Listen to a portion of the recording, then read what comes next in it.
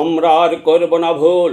যাদের কাছে স্বাধীনতা ছিল চক্ষুশূল, তারাই 24শে জুলাইয়ের চক্রান্তকারী। লাল স্বাধীনতার নামে সাজানো গোছানো বাংলাদেশ ভাঙ্গা দেশ বানানোর মূল, তাতে নাই কোনো ভুল। 71-এ ঘাতক ঘৃণ্য দালাল রাজাকার চাইনি কবু বাংলাদেশের মুক্তি স্বাধিকার। মুক্তিযুদ্ধের চেতনাকে ধুলায় মিশে দিতে ওরা সেদিন হাত মেলালো ওই পাক সেনাদের সাথে। কথায় কাজে সেদিন সব গোলাম সেবা দাস সৃষ্টি করেছিল আত্মঘাতী করুণ ইতিহাস। মানুষ মেরে ঘর পুড়িয়ে সহায় সম্পদ লুটে মা বোনদের শরম কেড়ে ওরা শান্ত হয়নি মোটে। বাঙালিদের গোলাম করার নীল নকশা এঁকে ওরা লেগে আছে মোদের পাশে ঠিক তখন থেকে।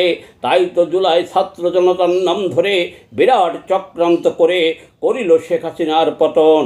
লাল স্বাধীনতার নামে ব্যক্তি স্বার্থ হাসিল করিল তাদের মনের মতো, সব চক্রান্ত হয়ে গেছে ফাঁস।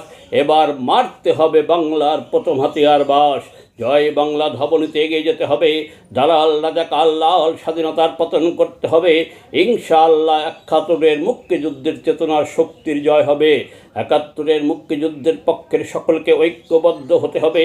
লাল স্বাধীনতার নামে দেশ ধ্বংসের খেলা শেষ করতে হবে। সবার আগে দেশ, তারপরে আমার দল।